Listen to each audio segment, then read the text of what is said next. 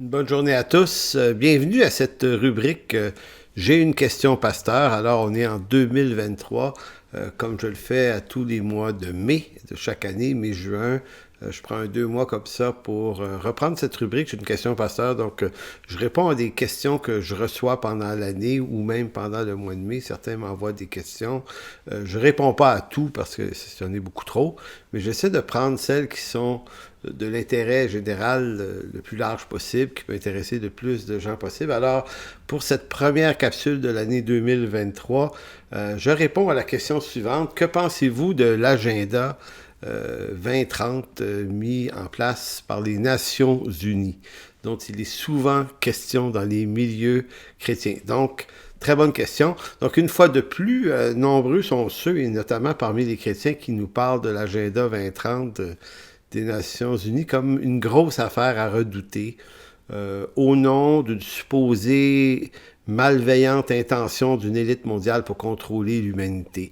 Donc, entre intention, s'il y en a une, là, et la réalisation de cette intention, il y a énormément de nuances qui sont nécessaires pour comprendre exactement de quoi on parle. Donc, d'abord, posons-nous la question si l'intention de développer une gouvernance mondiale contrôlante fait partie des plans en ce moment ou avant. Eh bien, la réponse est oui. Depuis aussi loin qu'on le voit, et la Bible nous le présente assez bien, là, depuis Nebuchadnezzar, après ça Alexandre le Grand, l'Empire romain, tous ces grands empires de l'Antiquité ont toujours eu cette intention, et cette intention-là s'est projetée jusque dans la modernité. Donc, à travers l'histoire, c'est présent. Puis au 20e siècle, plus que jamais, puisque la révolution bolchevique de 1917 avait l'intention d'étendre à toute l'humanité les valeurs du Soviet suprême. Et que dire d'Adolf Hitler aussi, qui avait cette intention, avec le Parti national-socialisme en Allemagne, qui aurait voulu envahir le plus large possible. Que dire de l'hégémonie chinoise aussi, qui s'intéresse à ça. Donc, la question n'est pas de savoir si la chose intéresse des hommes en très haut pouvoir. Oui, ça l'a toujours été. Maintenant, est-ce que les Nations Unies, elles, sont une méga structure au-dessus de tous les peuples actuellement qui voudraient exactement faire ce type de gouvernance mondiale-là?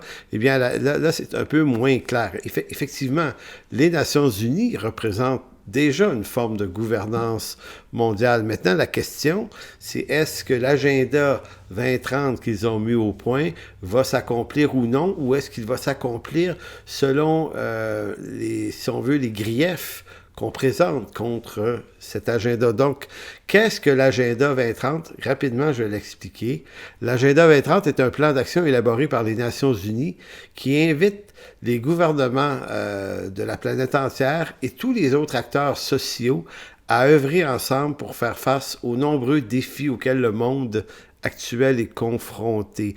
Donc, on parle ici de tous les défis, la pauvreté, les inégalités sociales dans le monde, le maintien de la paix, la gestion des changements climatiques. Donc, il y a énormément de points. En fait, si vous allez sur Internet puis vous cliquez Agenda 2030, vous allez tomber sur une quantité de sites qui vont vous présenter un tableau coloré qui montre les 17 objectifs très précis. L'agenda 2030 a été présenté à l'Assemblée générale des Nations unies en 2015, donc ça fait déjà 8 ans, là. Et son accomplissement, son achèvement est dû pour 2030. Donc, les 17 objectifs, c'est 17 cibles précises. Tout ça a été signé dans l'harmonie par 193 dirigeants mondiaux qui se sont engagés, écoutez bien, là, qui se sont engagés à atteindre chacun dans leur pays les 17 objectifs. Ils ont signé une résolution, la 70-1 point. Donc, ça, c'est l'agenda. Maintenant, est-ce que c'est la première fois qu'un tel agenda a lieu? Eh bien non, en 1992, il y avait l'agenda 21 aussi. Et là, si vous connaissez un peu l'histoire, et puis c'est important quand on veut prétendre ou prêter des intentions aux Nations Unies, et surtout prétendre qu'ils vont atteindre ces cibles, de se souvenir de tous les autres agendas depuis 1945. Parce que généralement, les cibles ne sont jamais atteintes. Donc, selon plusieurs, ce plan cache des intentions certainement malveillantes qui n'ont rien à voir avec les 17 objectifs de surface. En d'autres mots, les 17 cibles qui sont mentionnées par les Nations Unies seraient une surface derrière laquelle il y aurait un plan beaucoup plus machiavélique. Donc, le vrai plan serait plutôt d'établir une gouvernance mondiale qui prendrait le contrôle de tout ce qui se passe dans l'activité humaine, autant l'économie, le militaire, le territoire. On parle même que tous les gouvernements nous priveraient du droit de la propriété privée. On parle de la perte des libertés individuelles et tout ça en vue d'établir un pouvoir totalitaire à échelle mondiale. Bon, il y a beaucoup qui affirment ça. Maintenant, ils font une lecture spéculative. Où prennent-ils leur information? Bien, quand on fait le suivi des ressources qui alimentent ce genre d'idées-là, ce narratif, si on peut dire comme ça, eh bien, ils s'alimentent de ceux qui s'alimentent ailleurs, de d'autres qui s'alimentent. En d'autres mots, il y a un narratif qui est construit. Il n'est pas nouveau, là. Moi, ça fait 40 ans que je suis chrétien, ça fait 40 ans que j'entends parler de ce genre de discours-là, qu'il y a toujours un plan caché, une élite mondiale cachée qui agit en secret à travers des groupes. D'ailleurs, je ferai d'autres capsules pour éclairer un peu ces organisations-là. De plus, selon certains, la pandémie COVID-19 était en fait une fausse pandémie, c'est pour ça que certains l'appellent la plandémie. Elle serait plutôt une machination créée de toutes pièces par cette élite mondiale. Pourquoi? Parce que, selon certains, la COVID-19 permettait de créer un climat qui accélère la nécessité ou l'acceptabilité de la mise en place de cette fameuse gouvernance mondiale, par l'effet du chaos que cette pandémie engendrait. Puis pour les chrétiens, il y a toujours la version de la montée d'un antéchrist pour accomplir des prophéties bibliques de la fin des temps, de la fin du monde, à travers ce genre d'événements-là. Donc, il y a deux versions. Il y a la version chrétienne puis la version non chrétienne. Les deux relèvent d'un certain complotisme. Complotisme, l'idée, c'est qu'il y a un complot caché. En passant, toute suspicion n'est pas du complotisme pour autant. Hein. On a le droit de réfléchir, de se poser des questions, de remettre en question des intentions du gouvernement. Ce n'est pas du complotisme du tout. On peut même dénoncer des choses et ça va. Mais le complotisme, c'est lorsque on pense que tout ce qui est là, c'est juste la surface. Les vrais pouvoirs sont complètement cachés, sont complètement occultes. Donc, il n'y a rien de vrai dans ce qui nous est présenté. C'est là que ça devient un petit peu particulier. Donc, les grandes utopies qui s'ignorent, parce que pour être certain de cette affirmation-là, il faut croire, il faut avoir une certaine naïveté, je dirais. C'est pour ça que j'appelle ça, ce sont des grandes utopies qui s'ignorent l'une l'autre. Si l'agenda 2030 de l'ONU est une utopie, comme la plupart des grands chantiers idéologiques de cette institution supranationale depuis 1945, parce que l'ONU a mis en place beaucoup de ce plan, de ce genre d'agenda-là, mais ça a toujours été des utopies, c'est-à-dire des chimères non accomplissables dans la réalité des peuples. Dans un monde idéal, ça pourrait se faire, mais on n'est pas dans un monde idéal. Donc, depuis 1945, ces résolutions-là ont été des utopies, des chimères qui se sont suivies. Donc, si c'est le cas, il n'est pas moins utopique de voir dans le discours des chrétiens qui dénoncent ce genre d'agenda par des affirmations qui relèvent de la plus haute spéculation. Donc, prétendre que l'ONU va y arriver, c'est une utopie, et de prêter une intention à l'ONU au-delà de cette intention, c'est juste une autre utopie qu'on ajoute pour dénoncer une utopie.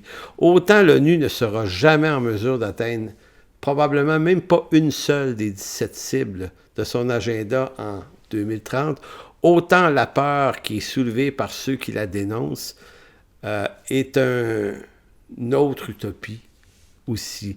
La COVID, en fait, est loin d'être un accélérateur pour l'accomplissement de l'agenda 2030, contrairement à ce que beaucoup affirment, mais bien plutôt, elle a été un frein drastique à ce projet.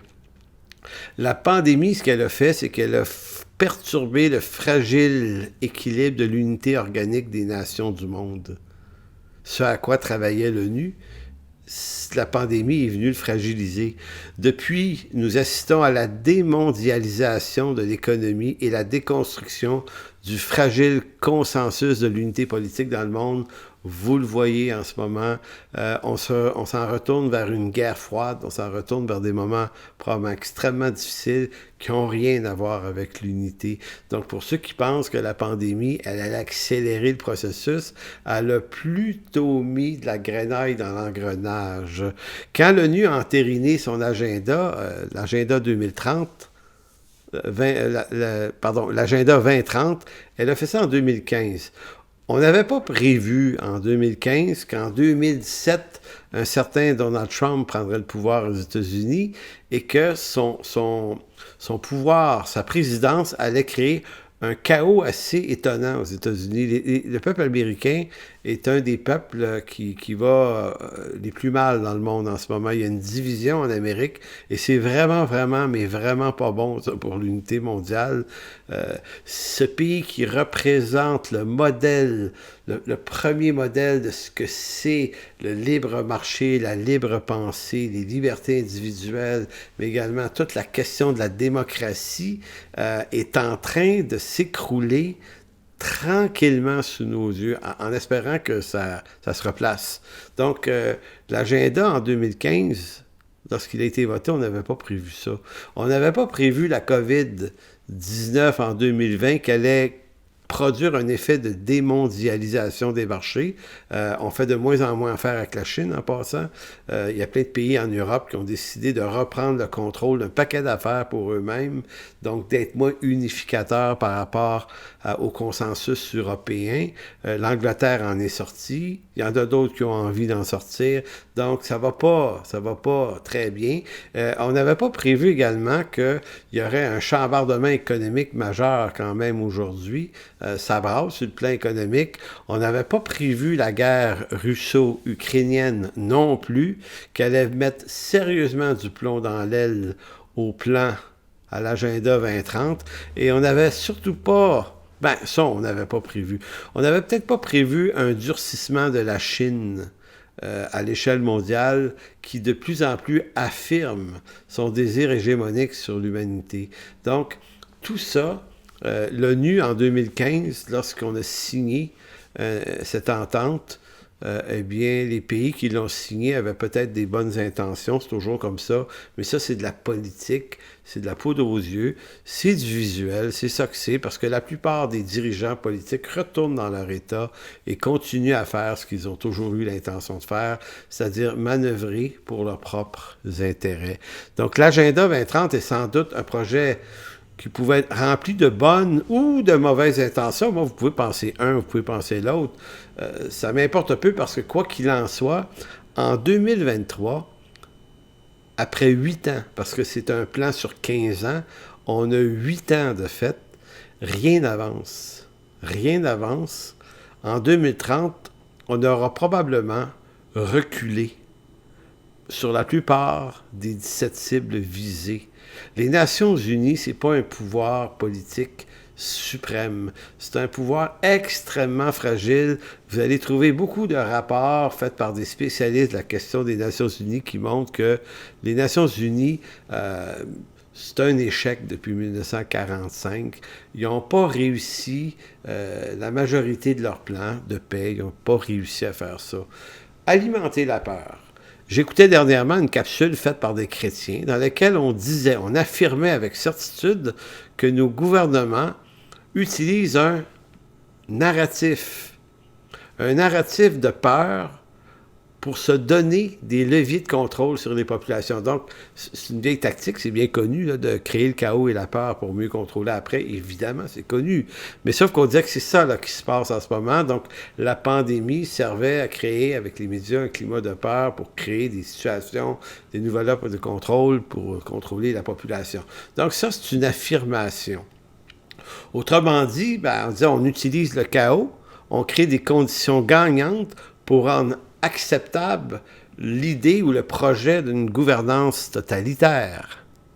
Or, ceux qui faisaient cette affirmation, puis sont nombreux là, au Québec, seulement au Québec, aux États-Unis, il y en a encore plus, ceux qui font cette affirmation ne se rendent pas compte eux-mêmes que leur propre discours anti-agenda 2030 ou anti-Great Reset ou anti-gouvernance, là, a pour objectif de susciter la peur et le chaos psychologique auprès de leurs auditeurs. En d'autres mots, la tactique est mal avisée parce que on vous annonce que les gouvernements utilisent le chaos pour créer de la crainte, pour vous soumettre à cette crainte-là, vous faire peur et vous faire agir en leur faveur.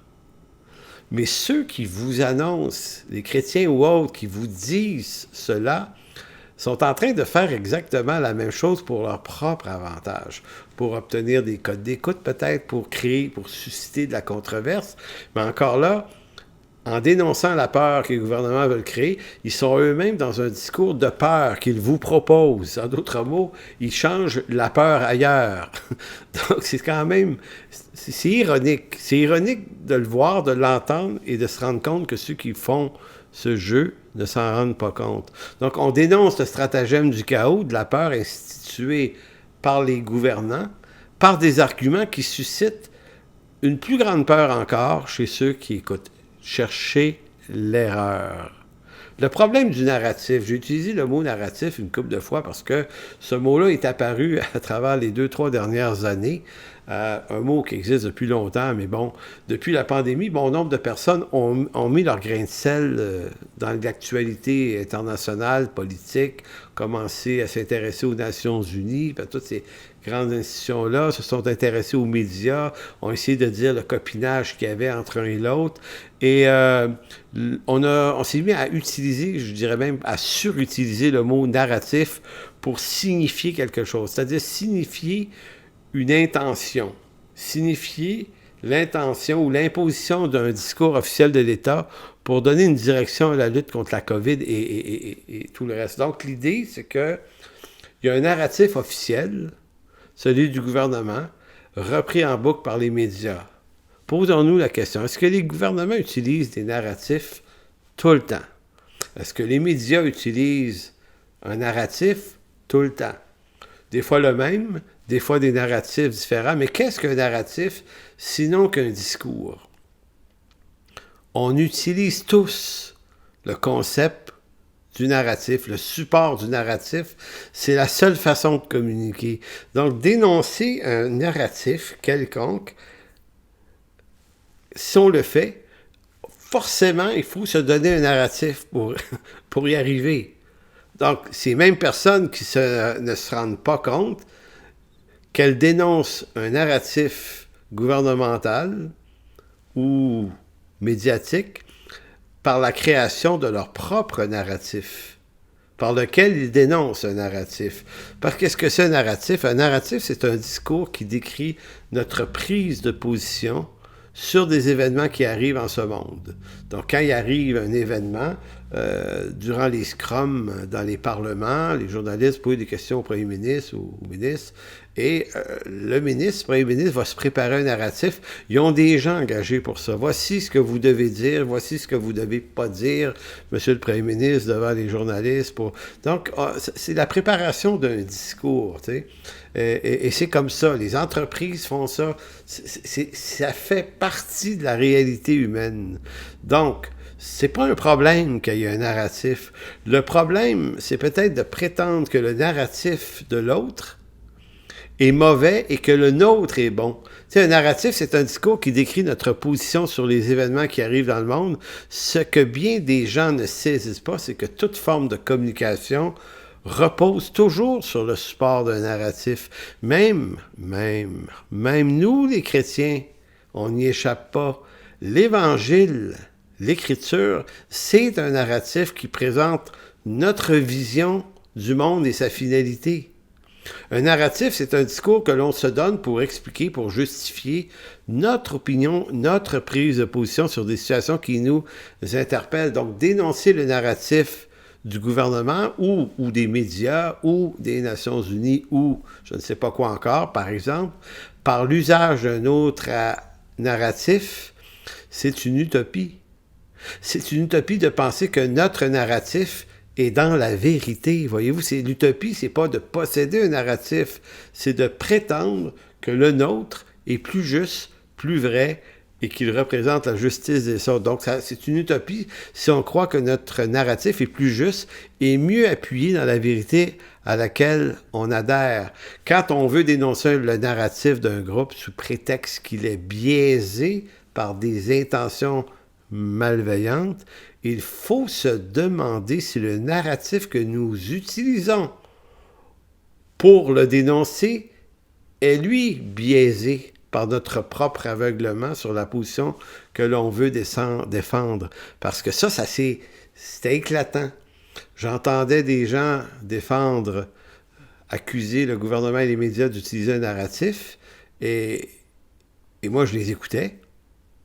Puis je me disais, oui, mais c'est un narratif rempli de fausseté, ce que tu es en train de dire. Tu n'as pas vérifié des sources. Tu reprends un narratif qui est des fois dans la complosphère ou qui est dans la marge. Tu reprends ça, puis ça représente plus tes émotions, tes sentiments du moment. Tu prends ce narratif-là, tu le communiques et tu te rends pas compte que toi aussi, tu es juste piégé par un narratif. La réalité politique. Là, je vais terminer sur les Nations Unies en tant que telles. La réalité politique des Nations Unies dans le monde, c'est que cette noble institution est plutôt un échec. Les Nations Unies remontent à 1945, c'est né dans les cendres de la Seconde Guerre mondiale qui avait détruit plusieurs grandes capitales de l'Europe, là, Londres, Paris, mais surtout Londres, puis d'autres grandes villes, et également les 2 bombes atomiques que les Américains ont larguées au Japon, là, à Nagasaki et l'autre ville. Là. Quand ça s'est arrivé, là, en 1945, là, il y a comme une prise de conscience, et là on se dit, OK, ça n'a pas de sens. Les nouvelles technologies là, qu'on avait, l'aviation, les bateaux, tout ce qui pouvait donner de l'armement beaucoup plus dangereux, les guerres avec bombes atomiques, tout ça, on s'est dit là, on ne peut plus se faire la guerre, on va se détruire, on n'est plus à l'épée pour au fusil, là. On s'est dit là, les guerres, c'est de 55 millions de morts directes et indirectes, juste la Seconde Guerre mondiale. Donc, c'est là que les Nations Unies ont été créées en vue de se donner les moyens d'éviter les grandes guerres. Donc, c'est pour ça qu'on dit que l'ONU fut créée sur les cendres de la Deuxième Guerre. Et en 1945, on a créé l'ONU, mais l'ONU, c'était quelque chose qui existait déjà depuis 1919. 1919, c'est la Première Guerre mondiale vient de se terminer. On crée la SDN, la Société des Nations, avec ce genre de déclaration, plus jamais la guerre. On entend ça à Londres, notamment, les Britanniques. On ne veut plus de guerre en 1919. On crée la Société des Nations, qui est une institution semblable à l'ONU, où on veut créer un climat de paix pour faire de l'arbitrage dans les conflits entre les peuples. 1919. 1933, 14 ans plus tard, Hitler prend le pouvoir en Allemagne. En 1933 puis 1939, une deuxième guerre éclate. Ça montre que la Société des Nations a échoué. Et puisqu'elle a échoué, la Deuxième Guerre a lieu et c'est là que les Nations Unies se relèvent des cendres de la SDN. Vous voyez un peu l'idée. Le seul bilan positif des Nations Unies depuis 1945, il faut absolument le reconnaître, c'est important, c'est sur le plan humanitaire. Lorsqu'il est question de porter assistance à des peuples dans le besoin, suite à des catastrophes, des tremblements de terre, des affaires très, très graves là, qui arrivent, ou des guerres aussi, ou des pandémies, de l'Ebola, il y a eu toutes sortes d'affaires qui sont arrivées, notamment en Afrique. Moi, j'ai voyagé beaucoup en Afrique dans ces années-là, là, les années 90-2000. J'ai vu des camps des Nations Unies avec Médecins sans frontières qui font un travail fabuleux pour venir en aide à ces peuples-là qui ont besoin de subsistance. Donc, les Nations Unies, faire attention, ça a une utilité quand même assez concrète. Mais pour le reste, l'ONU n'arrive pas à endiguer les conflits mondiaux qu'elle était supposée de mieux arbitrer. Donc, depuis le début. Donc, je vous donne quelques exemples. Il y en a, j'en ai 2 pages de liste d'échecs, mais je vous en nomme 7-8. L'ONU n'a jamais été capable d'empêcher la guerre du Vietnam. dans les années 60. 15 ans après sa création, en 1945, on n'arrive pas. L'ONU n'a pas empêché la guerre Iran-Irak dans les années 80. Vous savez qu'il y a eu une guerre Iran-Irak assez importante qui a duré longtemps. L'ONU n'a pas empêché la guerre du Golfe dans les années 90. L'ONU n'a pas empêché le génocide rwandais en 1994, si ma mémoire est bonne. L'ONU n'a pas empêché la guerre de Bosnie dans les années 90. L'ONU n'a pas empêché la guerre en Irak contre les Américains en 2003, suite à toutes sortes de problèmes qu'il y a eu là-bas, puis également toute la question de l'Afghanistan, qui était une autre guerre encore. Donc, les Nations Unies n'ont pas réussi à empêcher ces guerres-là. Puis, plus proche de nous, l'ONU n'a pas su empêcher la guerre russo-ukrainienne. Et la guerre et l'ONU n'arrivent pas à endiguer les problèmes qu'on a actuellement dans certains pays d'Afrique. En d'autres mots, le monde est aussi incertain, autant insécurisant actuellement qu'il ne l'était après la Deuxième Guerre mondiale. Donc, l'ONU n'arrive pas à endiguer la crise écologique non plus. Les cibles de réduction de gaz à effet de serre, il n'y a pas de réduction même s'il y a des intentions. L'ONU n'a pas de pouvoir sur les crises économiques qui se succèdent.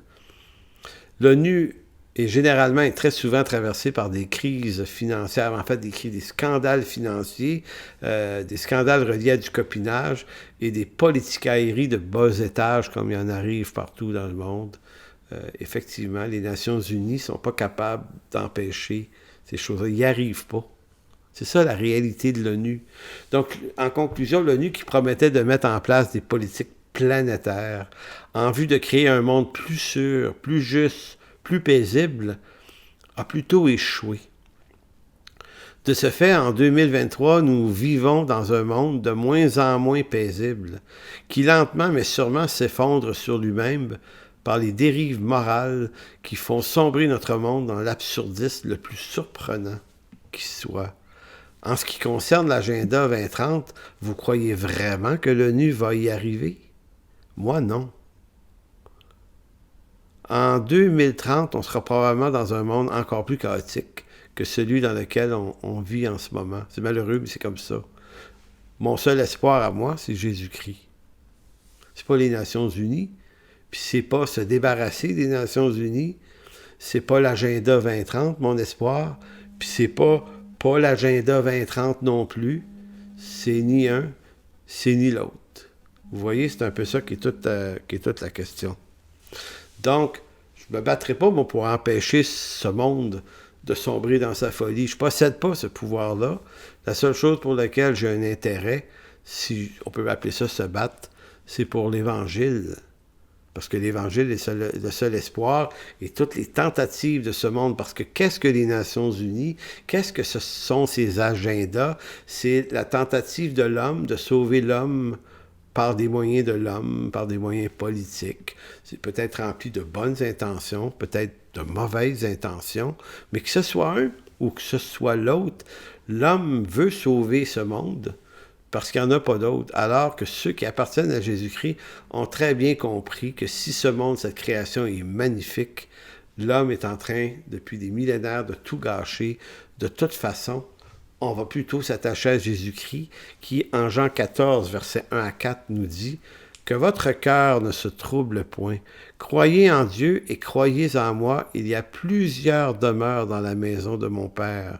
Si cela n'était pas, je vous l'aurais dit. Je vais vous préparer une place.